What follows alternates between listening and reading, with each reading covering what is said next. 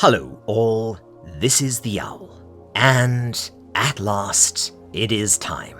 And this one, oh boy, let's just say March and April are going to be very interesting months over here on FrightRanker. As you requested, today we'll be starting a new deep dive series, one of maybe 6 manga that I keep getting requested to cover. And so, with the anime releasing later this year, and looking pretty damn interesting, it's high time that we took a look at what is likely the best known horror mangaka of all time's best known work, Junji Ito's magnum opus, Uzumaki. And where the hell do I even start with this one? Junji Ito. I've talked about this guy a fair bit before on this channel, often referred to as the Stephen King of horror manga, and not just because he refers to King as one of his primary influences. Like King,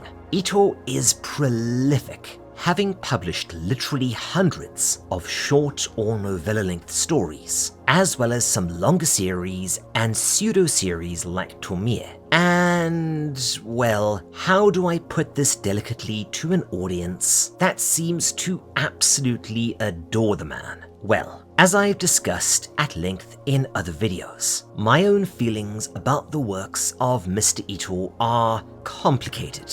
On one hand, the man clearly has a galaxy-sized imagination, pulling inspiration from H.P. Lovecraft, Stephen King, Kazuo Umezu, and a large number of more contemporary mangaka, and I cannot fault him for ambition and raw story conceptualization talent. On the other hand, well, Ito's strengths lie in sheer creativity. He lacks the terror, the darkness, and endless boundary pushing of Umezu. Masaki Nakayama's scarier, and Ryukishi 7 is, well, also scarier, as well as having characters that are rich and deep, whereas Ito's characters are, basically bland as a bread sandwich tripods that primarily exist to give the camera of the audience a point to experience the story from, and yeah, that may be the most tortured analogy I have used in quite some time.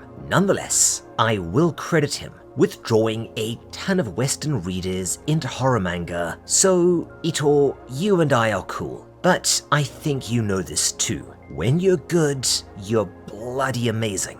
When you're bad, let's be honest here, you kind of suck. Okay, I will attempt to explain as we continue, because Uzumaki somehow represents both the things I like most about Ito and the things that I like the least. You know what? Let's just jump right on in. I hereby welcome you to a world where horror reigns supreme and common sense goes and hangs. Today, we will be starting out on Uzumaki. Enjoy.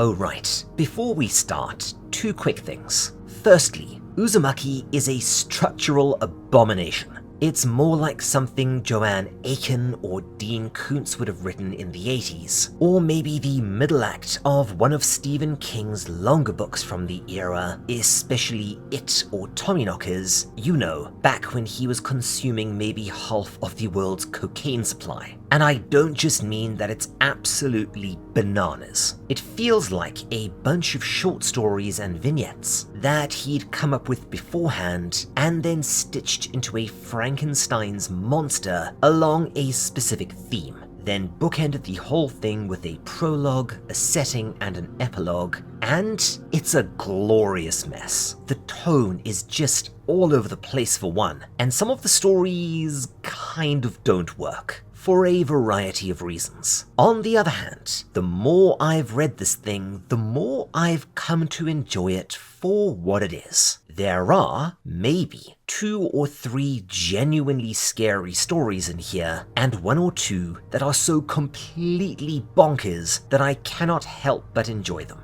and by the end, as with all of Ito's long-form stories, it goes so utterly ibble-dibble insane that I have to admire it. You will see what I mean. Secondly, as I'm sure someone would have already pointed out in the comments, Uzumaki does not exactly mean spiral, which as far as I know would be rasen. It actually means whirlpool. It's not terribly important, but I know some of you like it when I point stuff like this out. Anyways, we open with Kirie, one of our two main characters, in a brief and really gorgeous full-color prologue where she introduces us to the small seaside town of Kurozucho. Now, aside from one or two later on that I will explain when we get there, I wouldn't pay too much attention to character names or places here, even though, while he's not quite Kohei Horikoshi, Ito does love the on-the-nose character name thing. That said, Cho, which can also be read as Machi, designates this as a small town, a village essentially.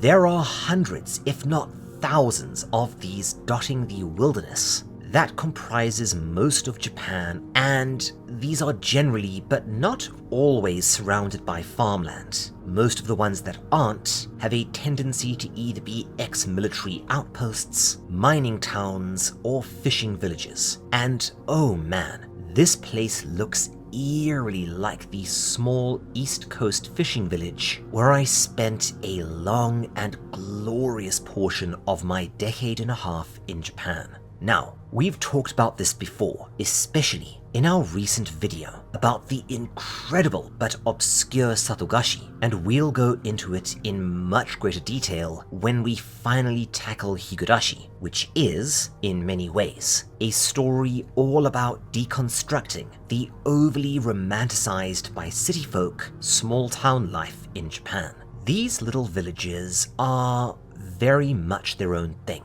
Likely because, for a long portion of their existence, they were almost completely cut off from the outside world, especially in the more rural prefectures. They've got their own slang, their own dialects, their own internal politics, their own rituals, their own superstitions, their own cuisines, their own festivals, and their own grudges, going back dozens of generations. And this does create a weird, eerie, and almost otherworldly vibe at times. It's no wonder that stuff like Silent Hill came out of Japan. And yeah, as the more keen-eyed amongst you will probably notice, we already have a certain spiral motif creeping in around the margins here, both in the curl of the new shoots at the bottom of the page and the corkscrew formations in the clouds. Get ready for a lot of this. I don't think that anyone would argue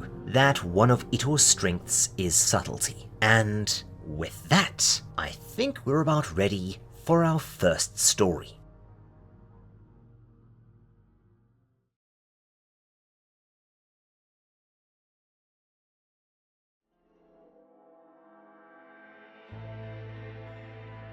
We continue following Kirie, who will be our narrator and the closest thing to a main character that we'll be getting. She's a high schooler that lives with her artisanal pottery-making father and the rest of her family. She spends most of her time with her boyfriend, Shuichi, who she's currently searching for. Over at his house, she spots his father seemingly entranced by something on the wall that turns out to be the spiral formation of a snail's shell. She chalks this up as a huh moment and heads off. Shuichi turns out to be this tall drink of likely future salaryman who, as it so happens, really wants to leave Kurozu as soon as possible, preferably together, which I think does imply a romance here. He explains that whenever he leaves the town, he realizes just how weird and off-kilter it is, and how uncomfortable he feels on returning. And yes, this is about as Stephen King as you're going to get, with all sorts of stuff appearing distorted and ominous from within the town that appears commonplace and prosaic from outside. we cut over to Shuichi's father, who, it appears, has become utterly obsessed with spirals. He's come over to visit Kirie's father and wants him to make a traditional ceramic bowl with a spiral pattern. And yes, one hallmark of small towns in Japan are these old-fashioned artisanal craftsman families frequently continuing a family business from, well, maybe 100 years ago, if not more. It's kind of cool. And okay, I am not going to go too deep into the symbolism of the spiral in this video, but it's a, well, symbol that goes way back in humanity and pops up in all manner of ancient cultures. It generally symbolizes entropy and death, with everything winding down into nothingness. But it can sometimes represent new life, or even resurrection when it winds outwards.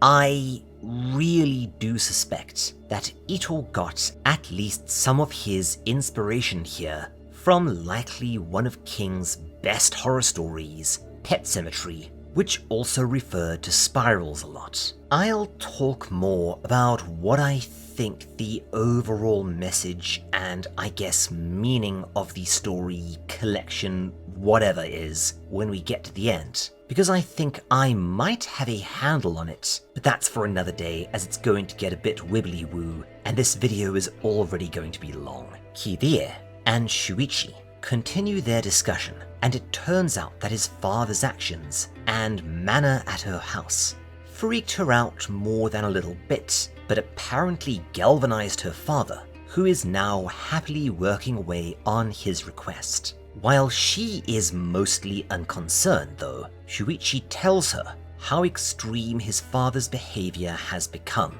hoarding all sorts of junk, anything that is a spiral pattern, including tatty old kimonos, springs, mosquito coils, and shells. A horrible collection that he now spends most of his day with. Kirie wonders if his father is playing some sort of elaborate prank on them, but Shuichi is adamant and more than a little concerned, saying that he's even seen his father's eyes spinning around independently of each other, which I actually looked up.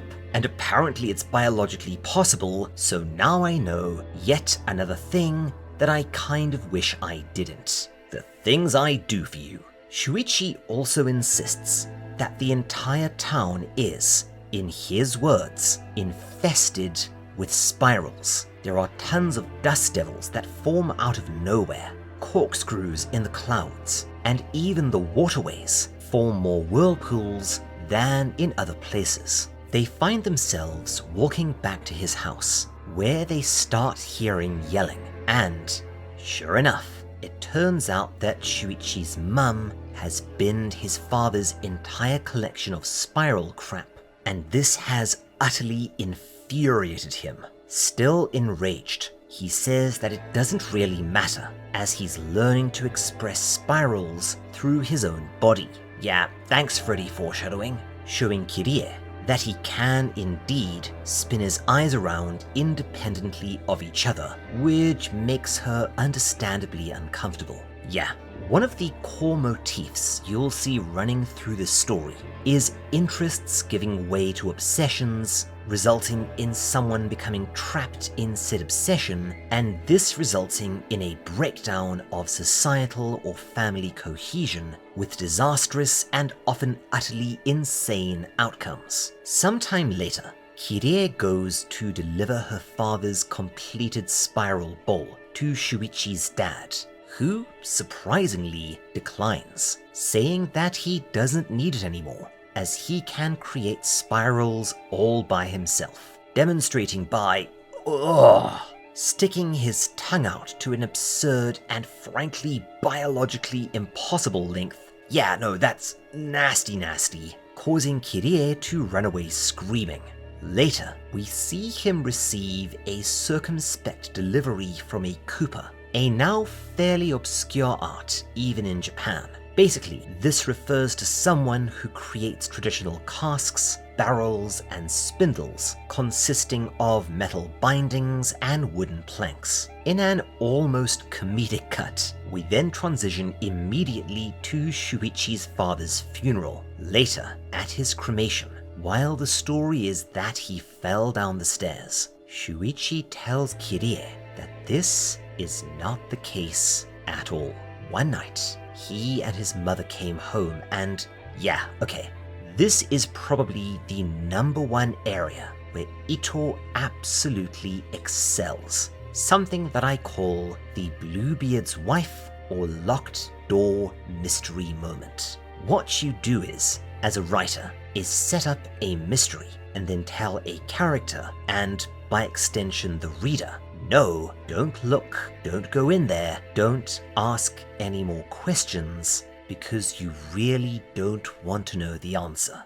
This, of course, with human nature being what it is, makes us even more compelled to find out. And of course, we then get some sort of utterly horrific, often jump scare reveal. Room 217 in The Shining, the Forbidden Room in Bluebeard's wife's castle, the secret history of Iruburu in Maiden Abyss. These are all good examples. Anyway, they go in search of the father in their dark house. They open a door and find a large, I think this is a traditional rice tub. They slowly open it, and that's probably the most memorable panel from the manga. Well, one of 3 maybe. Mr. Saito has wound himself into an impossible and inevitably lethal spiral shape. Junji Ito, for all of his faults, is the master of the surreally horrific, and when he's on, he's on. My guess, though, is that he did realize this was the strongest story in the collection and was wise enough to open with it. We also get a really creepy little epilogue to this opening tale, as Mrs. Saito begins screaming about something up in the sky, leading us right into story number 2.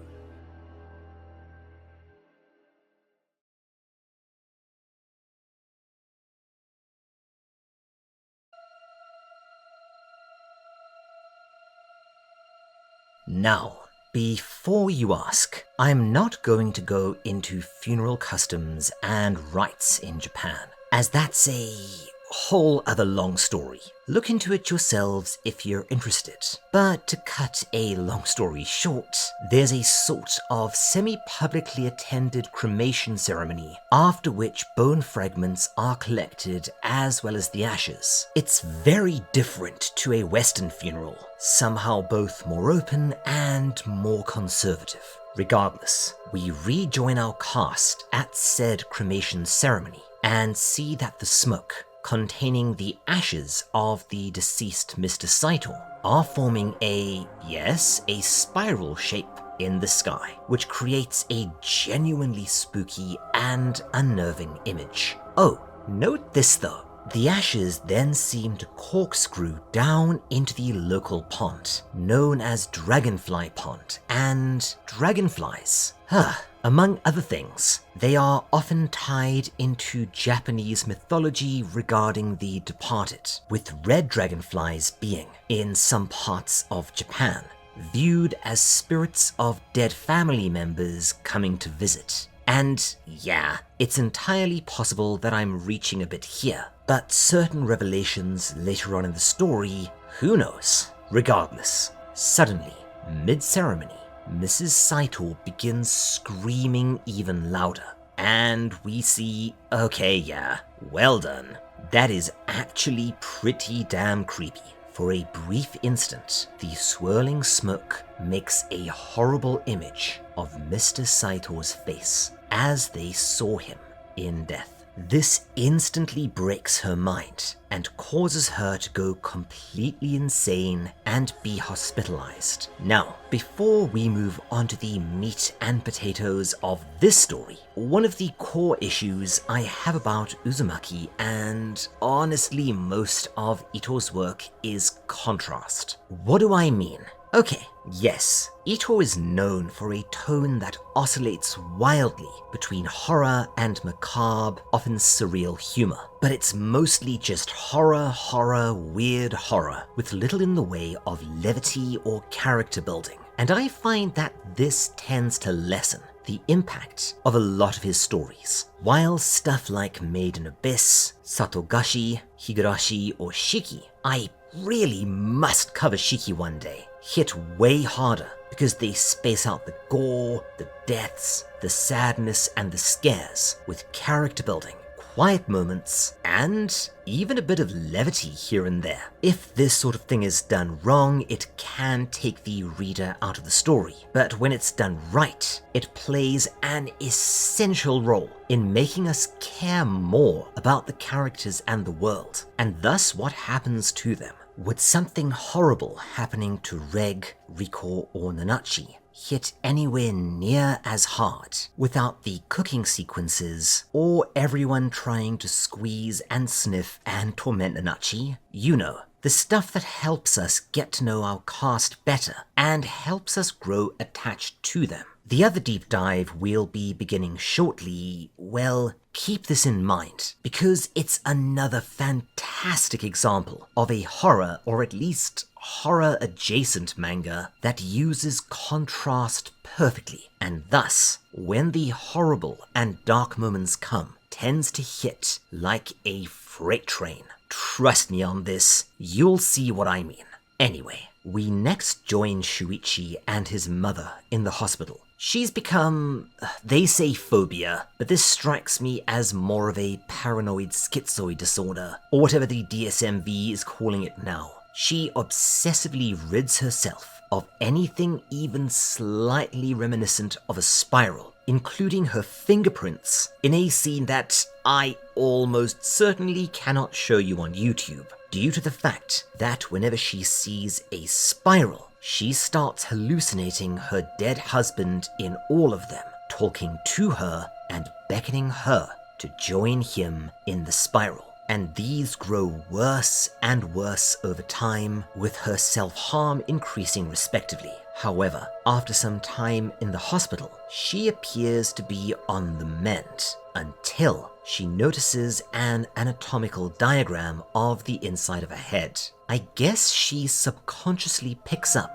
on the fact that the cochlear organ, cochlea? Let me know in the comments how you pronounce that, resembles a spiral, and you can pretty much guess what happens next. Sure enough, she begins having bizarre hallucinations about her dead husband, worse than ever before. He tells her that there is a spiral inside her ears, and he wants to climb into it. Ugh. While Shuichi and the hospital staff attempt to preempt, well, narrative causality at play, she insists on seeing a diagram of the ear. They actually do manage to prevent her from finding one, and realize that she's going to need much more specialized care. No, I am not going into mental health care in Japan. It's a very complicated issue. But as her hallucinations get worse and worse, including one absolute nightmare that might be a reference to one of the most notorious scenes from Tokyo Ghoul, she eventually finds a pair of scissors and gouges out the inside of her ears. In a darkly ironic twist, this leaves her with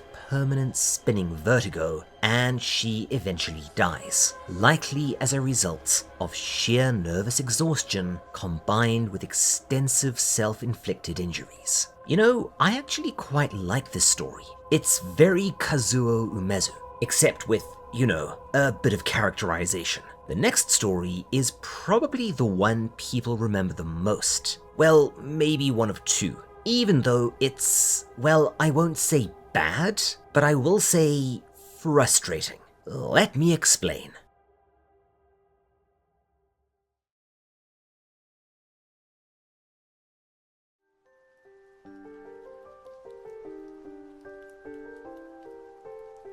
See, one thing about Ito and his works is the fact that a lot of them come over as fairly obtuse social satire or critiques of elements of modern Japanese culture. From the enigma of Amigara faults being a pretty obvious metaphor for the destructive nature of conformity, to Hellstar Rumina being all about the nature of hereditary fame, it's not exactly subtle. However, a lot of people actually do ask Ito about this stuff directly, and he always responds by saying, "Oh no, it's just a story inspired by X random thing I saw on the street." And this suggests to me that either A, Ito has a weird ability to write stories that are overanalyzed or appear a lot deeper than they really are, let's call it the J.D. Salinger effect, hello comment section, resulting in people reading way too much into things, or B, Junji Ito is taking a petrol tanker-sized amount of piss, Akihito Tsukushi style. And as he does seem like a fairly intelligent and insightful man, and as both King and Umezu, his two greatest influences, also create stories that are pretty overt social commentaries at times, I have to suspect that it's the latter. Not that I mind manga with a bit of social commentary to them, but there's a fine line between being surreal and vaguely obtuse, as we talked about a bit back with Bibliomania, a story that did this sort of thing right, and being straight up pretentious. While not all of Junji Ito's stories fall into this domain, rather a lot at least toe the line. And this next story is one of these for sure. The Scar begins with the introduction of one of Kirie's friends, Azami Kurotani. Azami is extraordinarily beautiful, but also really vain and standoffish, relishing in the attention she gets from boys, but also taking pleasure in giving them the cold shoulder. And this leads to your standard high school gossip, with people calling her an ice queen, and I'll guess worse, high school being what it is, accusing her of using some sort of magic power to seduce boys, presumably their boyfriends or boys they're into obsessing over her and then rejecting them. According to Mrs. Owl, this is a personality that a lot of women have encountered somewhere in their lives, but especially high school. Sort of universal, I guess. Did you have an Azami Kurotani in your class growing up? If so, does this story maybe strike home more for you than it does for me? Let me know in the comments. Sure enough, Kirie asks Azami about the rumors, and she laughs, pointing to a moon-shaped scar on her forehead, which she got while trying to impress a boy, and saying that, well, maybe it's just brought her good luck in relationships. Later, when Kirie goes to meet with Shuichi, Azami, jokingly, but kind of forcefully, demands to meet him. Kirie reluctantly assents and meets a wan and underslept-looking Shuichi. Azami immediately, quite evidently tries to charm him, so there is at least some truth to the rumors. However, he instead completely freaks out and screams at her to go away, calling her a spiral. She leaves but continues, well, essentially stalking him, showing up at his house at all hours. It turns out that she is now obsessed with him because he's the one guy that did not immediately fall for her. Does this actually work on women? I must say I've never tried. Azami looks at her scar in the mirror after he calls her a spiral again, and predictably, it has grown and turned into one, looking a bit like a bindi, and I am not even going to go down that rabbit hole of symbolism today. Later,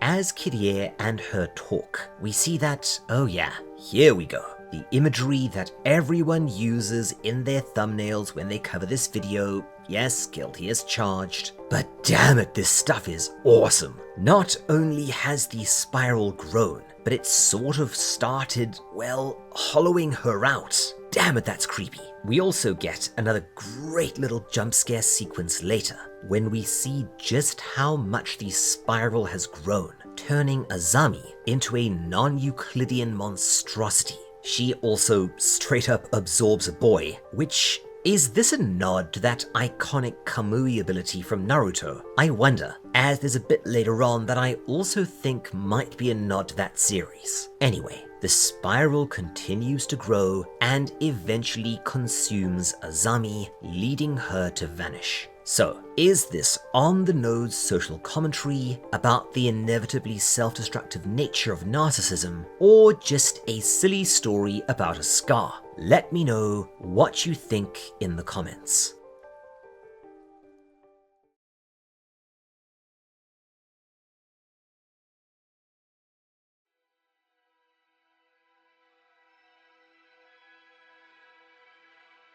The next story, The Firing Effect, is the first one that I'm honestly really meh on. It has a very cool, almost EC Comics-like feel to it, but you'll see. We get a reminder that the cremation smoke always seems to curl down over the pond near Kirie's house. We then cut to her father as he tends his ceramics kiln, but he appears to be hiding something. Later, we see that his pottery has started to become weird and distorted. He refers to it as art, but everyone else is kind of creeped out by it and does not want to buy it. I bet you can't guess what shapes are prominent in this new pottery. Hexagons? Icosahedrons? No, of course it's spirals. Worse yet, if you look closely, there are actually horrible faces in the pottery too. Yeah, as I said, this feels very EC Comics, wanting to get to the bottom of both her father's increasingly secretive behavior as he now spends more and more time at the kiln, and also the new evil-looking pottery he's producing. Kirie recruits a reluctant Shuichi, who is horrified to learn that the clay from the pottery is being dredged up from the pond itself. You know, where all the ashes of the town cremations seem to be drawn. Oh boy. Sure enough, Kirie sneaks down to the pond to watch him at work, gathering the clay and then making what seems to be a perfectly normal set of pottery. Curious, she visits the kiln later, finding him fast asleep.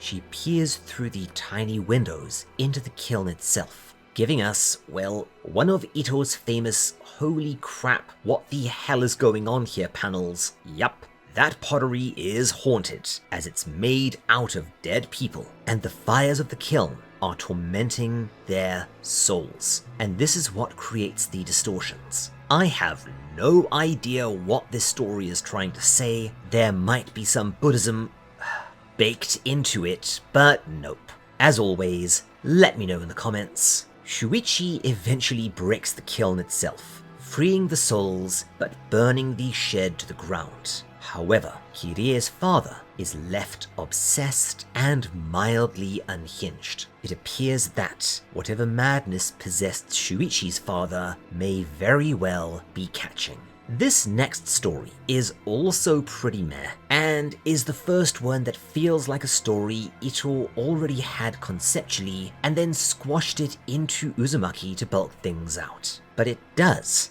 however, at least give us what was allegedly the core inspiration for the story, as we will see in a second. And believe it or not, this is where the manga starts to get a little bit strange.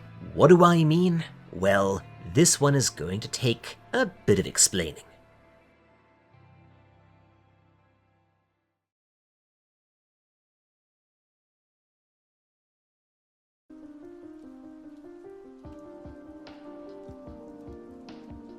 So, like a lot of old towns that escaped the World War II bombings, Kurozu contains several very old sets of row houses. And this is a term you're likely not familiar with. See, housing, accommodations, and living conditions in Japan are sort of their own thing. If you come from a wealthy family, you may, at some point, inherit a rather nice house if you're the eldest child, although there's a strong likelihood that you will also inherit some awkward elderly relatives to take care of in it too. And as someone who knew quite a few people in Japan, this is no treat. If you're wealthy yourself, you could always purchase or build a house, although this is easier said than done, as land in Japan is a whole other thing, with it frequently being tied up in familial titles and plots going back hundreds of years, and the government being loath to interfere in these situations. However,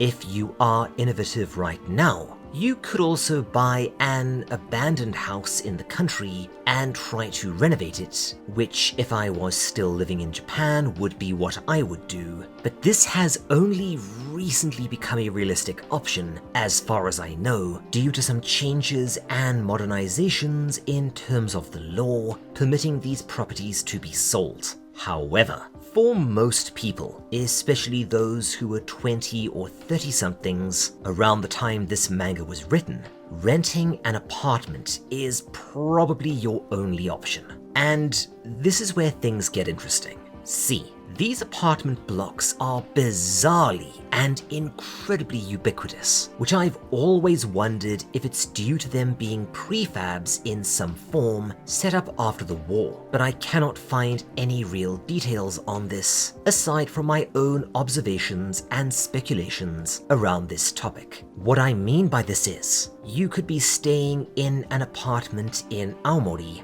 then drive all the way down to Kyoto and find the exact same building. It is eerie sometimes when you walk past a block of flats hundreds of kilometers from your own town and realize that they are identical to yours, down to the orientation of the parking spaces, the paint color, and the font on the apartment numbers. These tend to be 1K or similar, which essentially means that it's a single room partitioned off with sliding paper doors into a kitchen, a bathroom, a small lounge, and a small tatami mat-floored sleeping room. Humble accommodations, but fine for 1 or even 2 people, but they become a bit of a squash once you start throwing kids into the mix. And yes, people do raise entire families in these. The core problem with these, however, is that you are separated from your neighboring apartments by the thinnest of walls and floors, meaning that even a moderately loud fart is quite audible to your neighbors, and, well, anyone who remembers my Dead by Daylight / Storytime streams will recall the person below me constantly complaining about me flushing my toilet at night, and these, or even more humble abodes, with only a single sleeping room and a shared bathroom and shared shower spaces for multiple tenants, are almost certainly based on the concept of row houses. Long, antiquated, semi-communal single-room dwellings for those without houses or the money for more impressive lodgings. These were notorious for being uncomfortable at best and pestilential at worst, but they were very cheap. And while actual row houses have fallen out of style in modern times, you can still very much find them for rent in the deep country. And another teacher I knew up in Hokkaido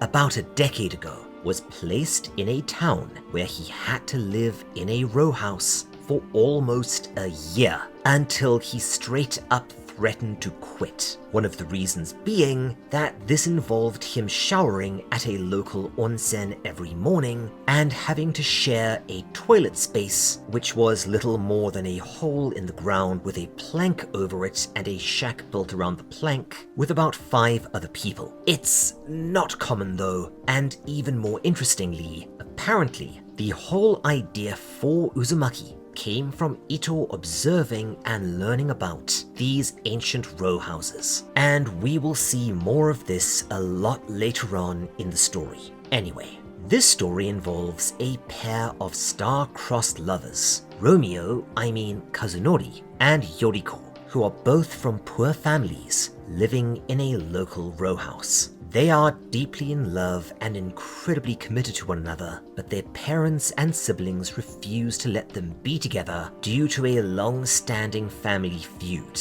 And Yoriko's family even beat up Kazunori when they catch him with her. Kirie, to her credit, offers a sympathetic ear, and he describes their families as being twisted, get it? And sure enough, we see that the two families constantly bicker with each other through the walls, which basically everyone else in the row house can hear clearly. Again, something not terribly uncommon in the cheaper prefab apartment blocks in modern-day Japan. Later on, we will see this theme of zero privacy driving people nutso explored a bit more extensively. But for now, somewhat predictably, the arguments escalate and escalate to the point that they are screaming at each other, which visibly traumatizes their kids. Later, Shuichi explains to Kirie that this is because the spiral of their town has cursed the house and twisted the souls of those who live within it. He also says that the row houses are a key part to whatever curse or weirdness lies over Kurozu, and that everyone living in them is almost certainly doomed. Well, aren't you a happy Kathy? That night, Kazunori and Yoriko sneak off to another abandoned row house to be together, where they are startled by a pair of mating snakes. Gee, I wonder if this will come into play at any point in the not too distant future. Regardless, they make plans to straight up elope and leave the town together, and this is where the story starts getting weird. Kazunori is found and beaten up again, but when Kirie next encounters him, he's turning into an extra from society, I guess. There's a deep cut, with his torso twisted into an impossible corkscrew shape, but he seems unconcerned about it. Anyway, while their plan had potential, it goes horribly wrong, with both families guessing what they're up to and pursuing them, driving them away from the train station, and they wind up being cornered at the beach, where this happens. They both twist their bodies in a desperate need to be together, much like the mating snakes we saw earlier. And then, what the hell? The two become elongated, plated together inextricably, and vanish off into the sea. Go home, manga, you're drunk. Now, I will be the first to admit that I have no idea what this story is about. But if you put a gun to my head, I would likely say that it might be a gentle nod to kumihimo, often bi-colored braided cords used for a variety of traditional arts in Japan. These have a whole ton of meanings ascribed to them based on the colors used. However, one of the most common meanings is bringing a couple fated to be together, and binding them, often, but not always, connected to the Chinese and later Japanese story of the red thread of fate, which is a whole other thing. Feel free to Google this one on your own time. This video is already a bit too long.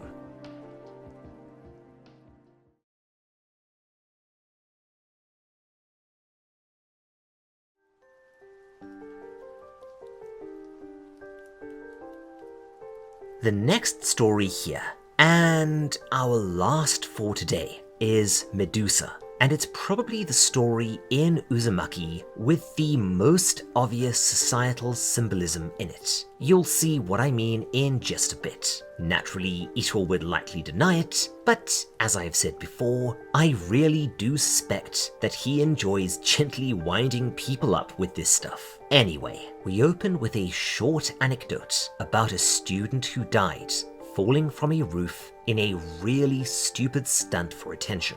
Kirie, however, notes that somehow, even in death, he seems to be okay with this outcome. Sort of a, he died doing what he loved, I guess. Keep this in mind for later. Kirie is talking with one of her friends, another strikingly pretty girl who admits that she too craves attention And okay, before we go any further, I think I need to explain a few things about high school in Japan and, well, hair, because it's just so odd. See, schools in Japan run the gamut on this, with some schools being a bit more lenient and others being a bit less forgiving. But as a whole, they are typically extremely strict when it comes to the hair of their students. Not only are hairstyles heavily restricted, but hair is typically mandated to be black and straight. And if this sounds like it's no big deal, trust me,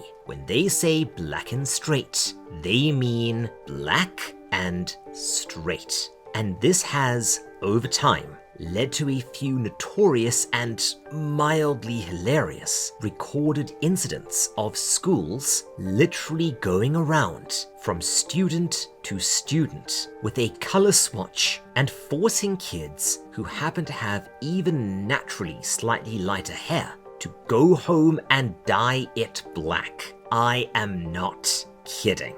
This tends to result in, well, teens being teens, not only quite thoroughly rebelling once they're out of school, and going for all sorts of wacky colours and styles, some of which would even put us punks of yesteryear to shame, but also trying to find ways around the rules at school in ways that won't be noticed by teachers or that won't be called out. You know, sneaking in slight perms, for instance, or gradually over the period of weeks or even months making their hair lighter and lighter, in an attempt to stand out from the almost mandatory homogeneity and conformity of the Japanese classroom. And if you're wondering about this, yes, there have been a few very well publicized incidents over the years where mixed race or foreign-born students were forced to dye or even straighten their natural hair to conform to these school rules. Once again, this was kind of rare, but it has been known to happen. However, a lot of these restrictions have been gradually relaxed over the last decade as Japan attempts to modernize and internationalize slightly, and this is almost certainly due to a handful of pretty embarrassing lawsuits that garnered international attention and inspired harsh criticism of this almost spiteful rigidity and pettiness, not to mention what would now likely be painted as overt xenophobia, if not racism. So yeah, with hair and boundary testing in schools, at least in that era, being such a battlefield, and my own experiences absolutely bearing this out, I have to wonder, as someone who came from a school which also had pretty strict hair and uniform requirements, what were yours like? Were there any weird incidents at your schools like this? Why not let me know in the comments? Anyway, as always, Shuichi and Kirie chat about this, and naturally he blames it all on spirals. This time, connecting attention-seeking with mesmerism. Yeah, I think you're reaching here, mate, even more than I do with my cultural or mythology links sometimes. As if on cue though, Kirie realizes that her hair has grown, and it's starting to get her attention. Her friend points out that not only has it grown, it's curly. And not only is it curly and continuing to grow, but it resists being styled or cut even slightly more modestly, revealing that it literally has a mind of its own now. It's constantly growing, constantly forming more and more ridiculous and elaborate styles, and sure enough, basically going VVVVVVV and mesmerizing everyone who sees it and attacking anyone that attempts to cut it, making Kirie look like, oh, what was that inhuman called again? This gets more and more out of control. The hair gets ever bigger and more ridiculous and seeks larger and larger crowds to display itself to. Kirie's friend, thinking that this is somehow a deliberate attempt to upstage her, takes this as an overt challenge, leading to This,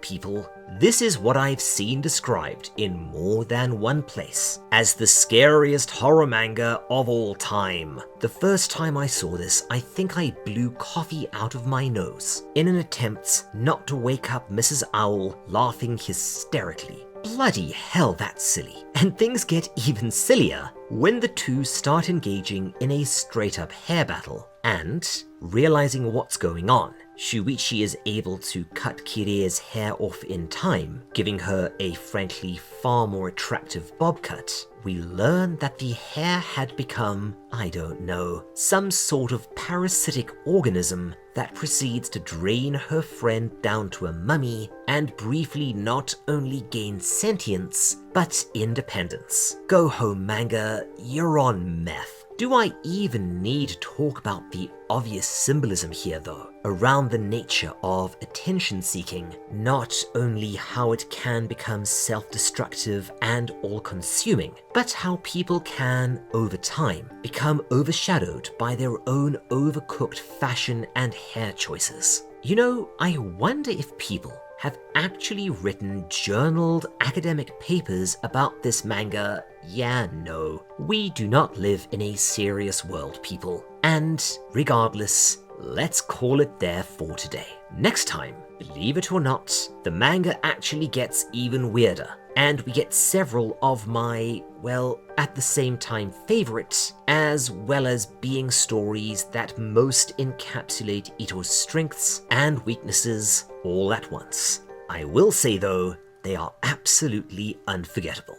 That will have to wait until, well yeah, you heard me, next time.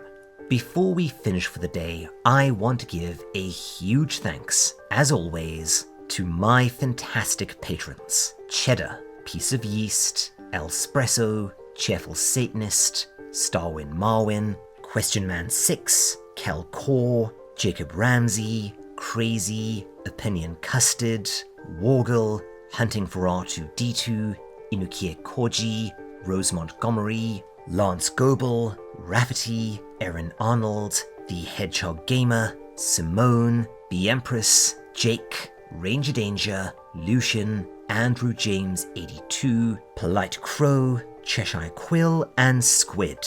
If you want to see more like this, why not stick around? Subscribe, bell, you know the drill, all that good YouTube stuff. If you want to hear me say your name, get on the credits list, as well as getting early access to most of my videos, 1 or 2 unique videos, some fun perks on the Discord, and you know, help Mrs. Owl and I out or buy Baby Owl a present, and ensure that this channel survives into 2024, why not take a look at our Patreon? If you want to chit-chat about, well, basically anything, drop by our Discord. Otherwise, take care, my friends, and cheers. This is the Owl, signing off.